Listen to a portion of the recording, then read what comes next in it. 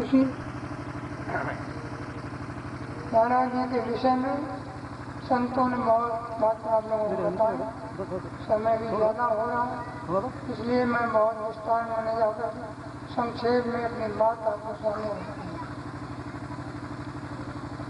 महाराज जी के साथ आपने सुना है कि महाराज जी को सभी दिव्य शक्तियों का दर्शन होता था, बातचीत होती थी और उनके द्वारा जो वाणी लिखाई जाती थी उसको महाराज जी ने संग्रह किया। और जितने भी धर्म संप्रदाय हुए हैं उनके आचार महाराज जी, उनकी आत्माएं महाराज जी के सामने प्रकट हुई। ईसा, मोहम्मद, नानक, दादू, शंकराचार्य, जगजीवन साहित्या, तो सभी ने जो भी सूक्ष्म रूप में आकर के महाराज जी को बोला, सुनाया, तो महाराज जी ने संग्रह किया। और वो वाणी जो है संसार में आपको कहीं नहीं मिलेगी। और जिन आचार्यों की वाणी है वो वाणी उन संप्रदाय के पास भी नहीं मिलेगी। और साहित्य का मुख्य विषय है दो तत्वों पर। एक तो संभाव, जैसा गांधी जी कहते थे कि हिंदू, मुस्लिम, सिख, ईसाई आपस में सब भाई भाई। इसी बात को महाराज जी की संभाव की दृष्टि से देखते थे और उन्होंने जीवन में उसका पालन भी किया। और उसी बात को लेकर के हम अपना मिशन चालू कर रहे हैं। अब कितना हम लोग उस पर अमल कर पाएंगे या न कर पाएंगे, बात दूसरी।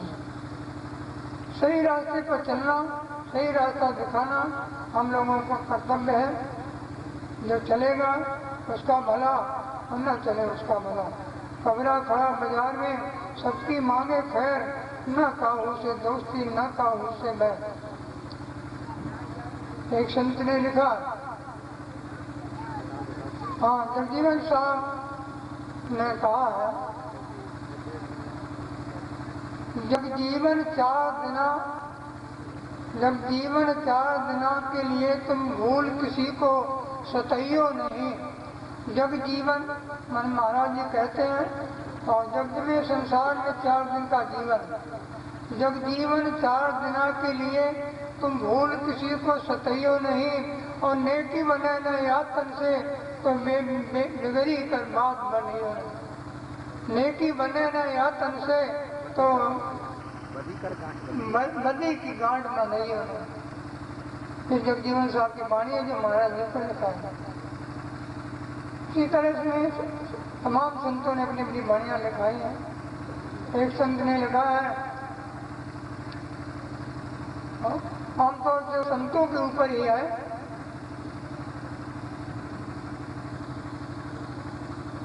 माया तजना सहज है और सहज क्रिया का नेह, और मान बढ़ाई जो तजे सो सच्चा दरवेश। घर छोड़ देना, पैसा छोड़ देना, स्त्री छोड़ देना कोई बहुत महत्व की बात नहीं है। महत्व की बात है कि हम अपनी मान बढ़ाई को छोड़ दें, साधु के लिए सबसे महत्व की बात है। अगर उस पर हमने अमल नहीं किया तो हम भजन में सफल नहीं हो सकते। ये गुरु जी की बात है।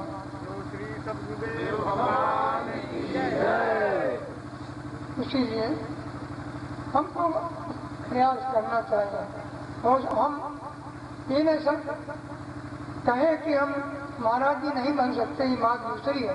महापुरुष तो स्वयं सिद्ध होते हैं और वो संसार के कल्याण के लिए ही आते हैं, लेकिन हमको उनकी नकल करके अवश्य करना चाहिए, उनके पद चिन्हों पर अवश्य चलने का प्रयास करना चाहिए। हम उसमें सफल हों या न हो ये बात दूसरी है। सभी ग्रंथों में और सभी संतों ने गुरु जी की महिमा का वर्णन किया, लेकिन गुरु जी की महिमा को हम कितना अपने जीवन में उतार पाते हैं ये हमारी समझ। अपने आवश्यकताओं को पूरा करने में ही गुरु जी का महत्व समझते हैं, बस इससे ज्यादा और कुछ नहीं। लेकिन नहीं, अगर गुरु जी की आज्ञा हो कि कुएं में कूद पड़ो तो कुएं में कूद पड़े तो वही सच्चा साधक है, वही सच्चा शिष्य है।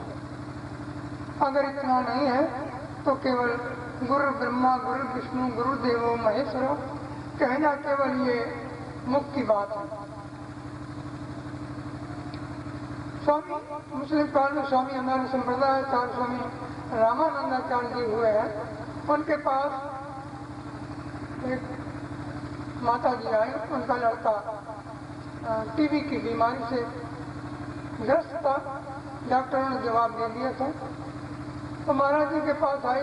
जब संसारी लोग डॉक्टरों से ऊब जाते हैं तब संतों के पास जाते हैं या देवस्थान पर जाते हैं। तो माता जी महाराज जी के पास आई और कहा, महाराज जी हमारा लड़का इकलौता लड़का है और ये 6 रोग से पीड़ित है और डॉक्टरों ने जवाब दे दिया, आप कृपा करें तो हमारा कल्याण हो सकता है। आप संत हैं, आप सब कुछ कर सकते हैं। तो स्वामी रामानंदाचार्य जी ने कहा कि इस बच्चे को काशी में, स्वामी जी काशी में रहते थे, तो कहा इस बच्चे को गंगा जी में फेंक दो, 7वें दिन ले जाओ। बड़ा कठिन था, गुरु की आज्ञा मानना बड़ा कठिन। माता पिता की हिम्मत नहीं पड़ी।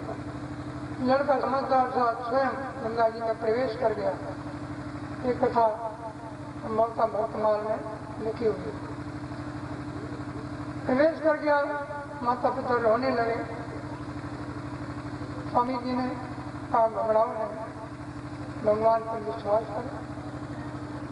लोग पछता करके घर चले गए। 7वें दिन फिर इसी आशा से आए कि शायद लड़का आ ही जाए। विश्वास तो नहीं था कि गंगा जी में डूबने के बाद कोई 7 दिन तक वापस आ सकता है, लेकिन विश्वास किया कि महात्मा जी ने कहा है शायद आ जाए। तो 7वें दिन फिर गंगा जी के किनारे भीड़ हुई। उसके माता पिता भी आए।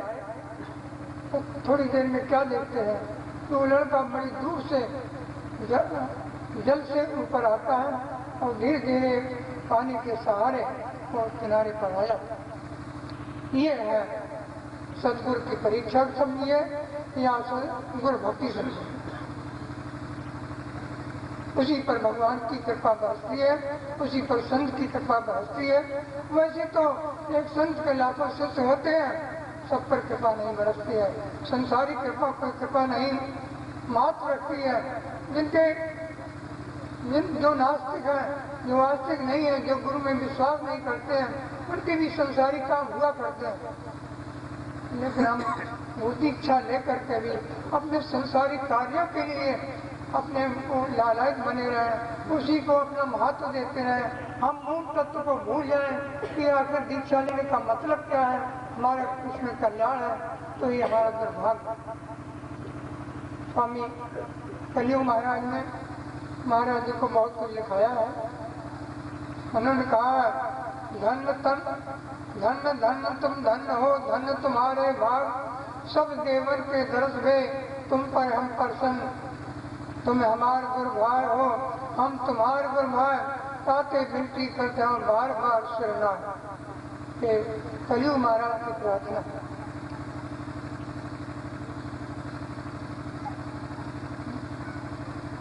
कलियुग महाराज ने यह भी बताया है, प्रसंग पारिजात में आप लोगों ने पढ़ा होगा महाराज जी का साहित्य में,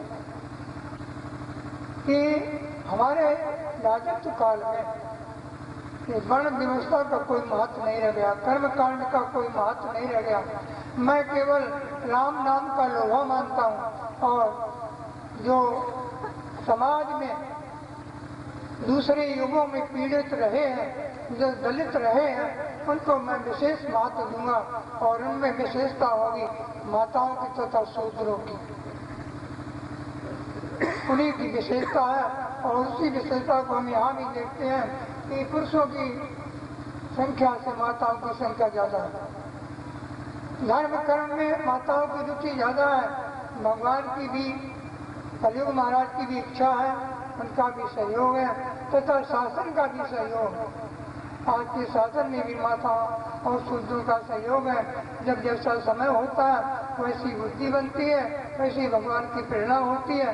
लेकिन ये हमारा दुर्भाग्य है कि उस कृपा को हम कहाँ तक लाभ ले सकते हैं।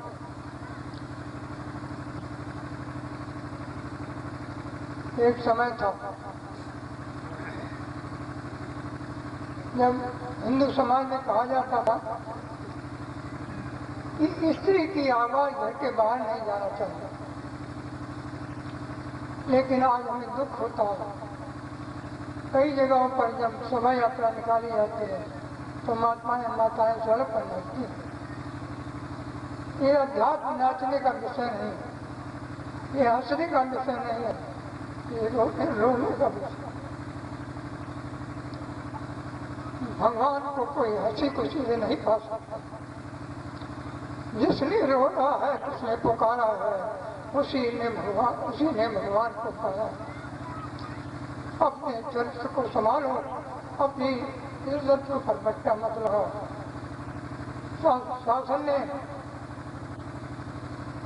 वेश्याओं को नाचना गाना बंद कर दिया है, हमें धनिक बताया है, लेकिन आज हम देखते हैं घर घर की माताएं सड़क पर नाचती हैं। बात कटु है लेकिन सत्य है, भले आपको बुरा लगता माफ करें। तो यहाँ भगवान की कृपा है, कलयुग महाराज की कृपा है और शासन की भी कृपा है, तो उस कृपा का हम दुरुपयोग न करें, उससे कुछ लाभ उठा लें, तो ये हमारा सौभाग्य है।